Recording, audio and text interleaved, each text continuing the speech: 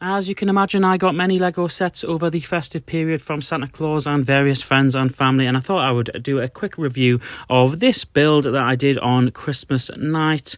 It is the Harry Potter Room of Requirement set. You get 5 figures with this one and a sort of fiery snake as well. Our pick out is probably the Grey Lady. It is a 1-of-1 figure, and it is also a beautiful figure and will look really nice in my mini figure display. Next up is Hermione, and I do think they could have done dual moulded legs for her on this one, but given that we get so many Ron, Harrys and Hermiones, it's really not the end of the world. Speaking of which, here's Harry. His upper torso looks fantastic again. Probably could have done with some dual moulded legs. One of my favourite pickouts here as well, Blaise, and Blaise looks really good as well. I think he's using the Finn hair piece as well from Star Wars, and you've also got the Draco Malfoy figure as well, and he's got 2 expressions, one of which I've chose to keep, which is that quite frightened expression that you can see on his face there. And just for fun, I've decided to keep him inside of the snake for safekeeping.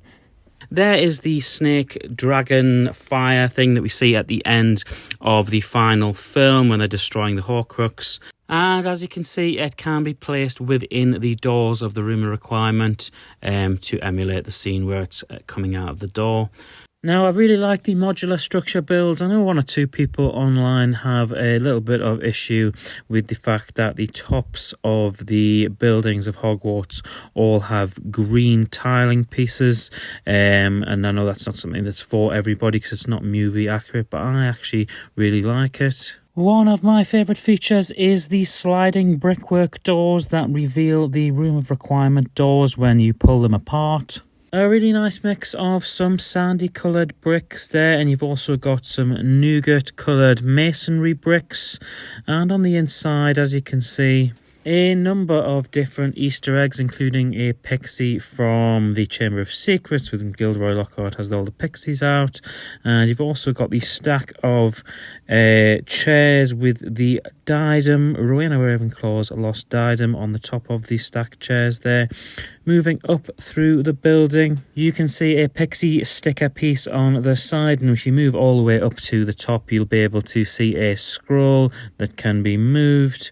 As you move down, you can see the base plate at the bottom. The base plate is split into 3 bits. You've got the main bit at the bottom there, and then the other 2 sides are on hinges, and it can either be moved in, like I'm demonstrating here, which is where I've decided to keep them, as it is easier once you've got all of the stuff stacked up on either side, like the record player and the books. And on both sides, you've also got all of the Technic pieces, all the holes there, so that you can put it alongside other modular buildings.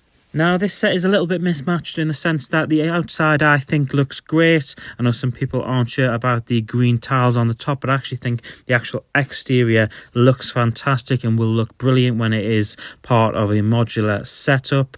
I do think that the inside could have benefited from something like a vanishing cabinet. I know that its inside is supposed to represent the scene from the 8th film, but I do think a vanishing cabinet would have went a long way. Overall, a fun little set, and I only wish we'd got Ron and Goyle in this set, as well as some broomsticks to go with them and some more in the terms of the way of flames. But overall, really nice set and a fun little build.